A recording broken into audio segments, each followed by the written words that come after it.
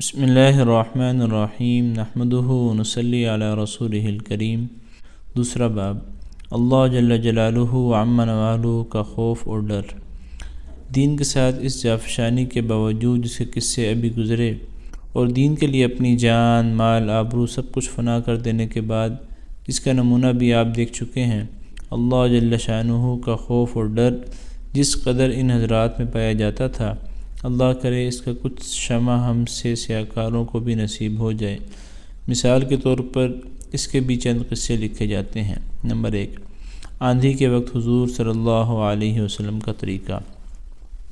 حضرت عائشہ رضی اللہ تعالیٰ عنہا فرماتی ہیں کہ جب ابر، آندھی وغیرہ ہوتی تھی تو حضور اقدس صلی اللہ علیہ وسلم کے چہرے انور پر اس کا اثر ظاہر ہوتا تھا اور چہرے کا رنگ فق ہو جاتا تھا، اور خوف کی وجہ سے کبھی اندر تشریف لے جاتے، کبھی باہر تشریف لاتے اور یہ دعا پڑھتے رہتے، اللہم انی اسألک خیرہا وخیر ما فیہا وخیر ما ارسلت بہ واعوذ بک من شرہا ومن شر ما فیہا وشر ما ارسلت بہ۔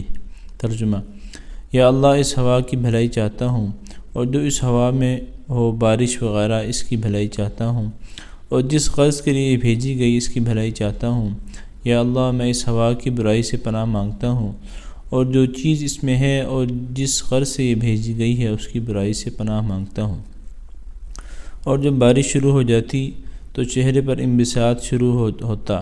میں نے عرض کیا، یا رسول اللہ، سب لوگ جب ابر دیکھتے ہیں تو خوش ہوتے ہیں کہ بارش کے آثار معلوم ہوئے، مگر آپ پر گرانی محسوس ہوتی ہے۔ حضور صلی اللہ علیہ وسلم نے ارشاد فرمایا، عائشہ، مجھے اس کا کیا اطمینان ہے کہ اس میں عذاب نہ ہو۔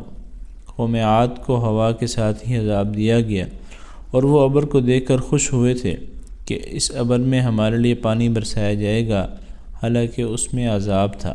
اللہ جل شانہ کا ارشاد ہے، اقرأ بعد اعوذ باللہ من الشیطان الرجیم فلما رأوه عارضا مستقبل اودیتہم۔ ترجمہ: ان لوگوں نے یعنی قوم عاد نے جب اس بادل کو اپنی وادیوں کے مقابل آتے دیکھا تو کہنے لگے، یہ بادل تو ہم پر بارش برسانے والا ہے۔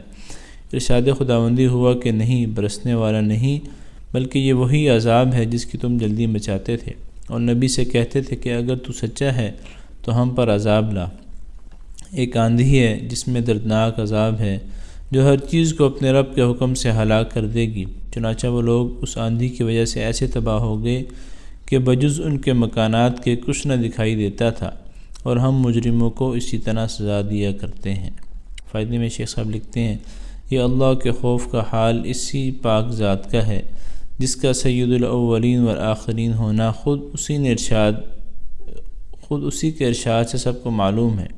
خود کلام پاک میں یہ ارشاد ہے کہ اللہ تعالیٰ ایسا نہ کریں گے کہ ان میں آپ کے ہوتے ہوئے ان کو عذاب دیں۔ اس وعدہ خداوندی کے باوجود پھر حضور اقدس صلی اللہ علیہ وسلم کے خوف الہی کا یہ حال تھا کہ ابر اور آندھی کو دیکھ کر پہلی قوموں کے عذاب یاد آ جاتے تھے۔ اسی کے ساتھ ایک نگاہ اپنے حال پر بھی کرنا ہے کہ ہم لوگ ہر وقت گناہوں میں مبتلا رہتے ہیں، اور زلزلوں اور دوسری قسم کے عذابوں کو دیکھ کر بجائے اس سے متاثر ہونے کے، توبہ، استغفار، نماز وغیرہ میں مشغول ہونے کے، دوسری قسم کی لغو تحقیقات میں پڑ جاتے ہیں۔